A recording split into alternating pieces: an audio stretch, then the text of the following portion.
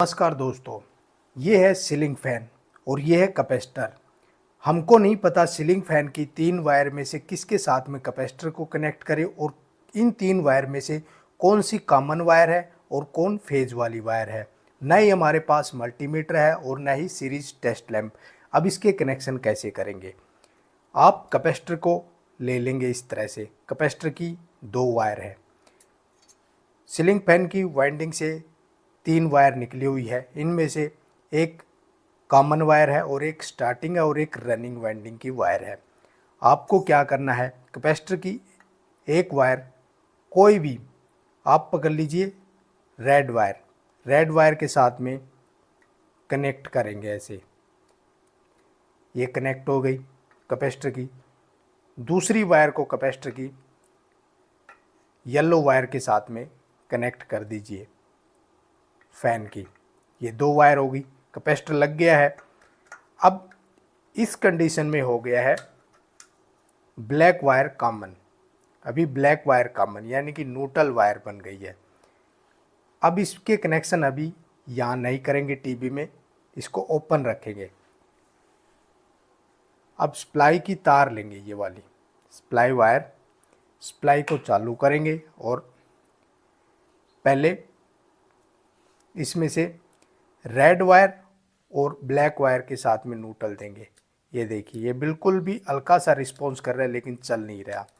अब ये वाली कॉमन है ब्लैक और इसको येलो वाली वायर के साथ में कनेक्ट करेंगे। अभी भी हल्का सा रिस्पॉन्स कर रहा है, इसका मतलब ये कनेक्शन अभी सही नहीं है। ये कनेक्शन सही नहीं है। अब इसको हटाने से पहले इसको आप शार्ट ज़रूर करें। ये हो गया, अब निकाल लिया इसको। हमको पता लग गया इसमें से कौन सी वायर नहीं है।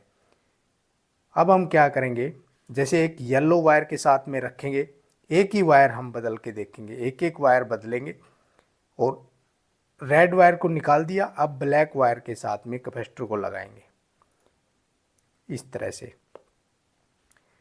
अब रेड वायर होगी कॉमन यानी कि न्यूट्रल वायर और इनमें से किसी एक वायर के साथ में फेज वाली वायर को कनेक्ट करेंगे। अब फिर से इसमें पावर दे के देखेंगे। ये न्यूट्रल वायर रेड वायर के साथ में और इसको कहीं भी, अब देखिए अब ये सही रिस्पॉन्स कर रहा है। और अब ये येलो वाले के साथ रेड और येलो वायर के साथ में कनेक्ट किया था। अब इसका मतलब ये कनेक्शन सही है। और अब देख लेते हैं रेड और ब्लैक वाले के साथ में। ये देखिए, अब ये कनेक्शन तो हो गया सही। ये देखिए, अभी ये कनेक्शन सही हो गया। इसमें हमको पता लग गया कि ये कनेक्शन सही है। अब आप कैसे पता करेंगे कि ये फैन सही डायरेक्शन में घूम रहा है, यानी कि उल्टा तो नहीं घूम रहा। अब फैन को आप कनेक्शन करते समय देखेंगे, फैन को देखा जाता है नीचे से।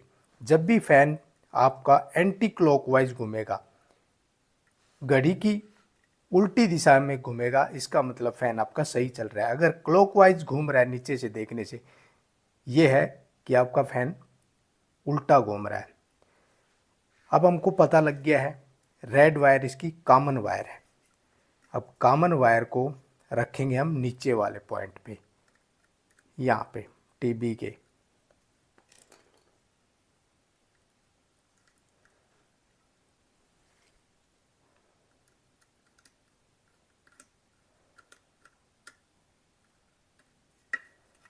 ये कॉमन वायर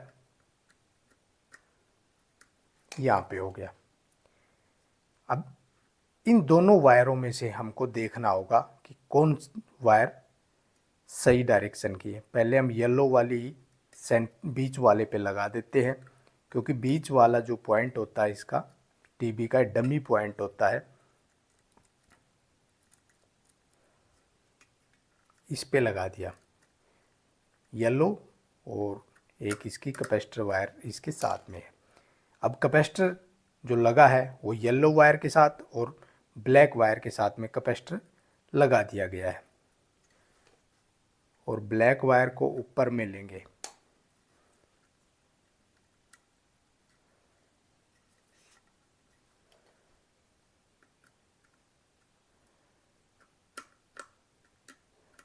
ये हो गया। अब सप्लाई वाली वायर लगाएंगे इसमें।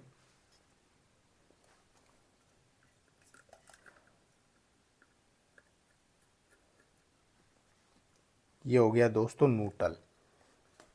न्यूट्रल वायर यहाँ पे कनेक्ट हो गया और फेज वायर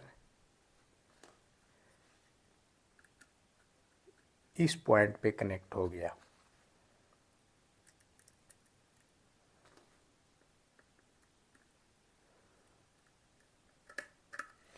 ये हो गया।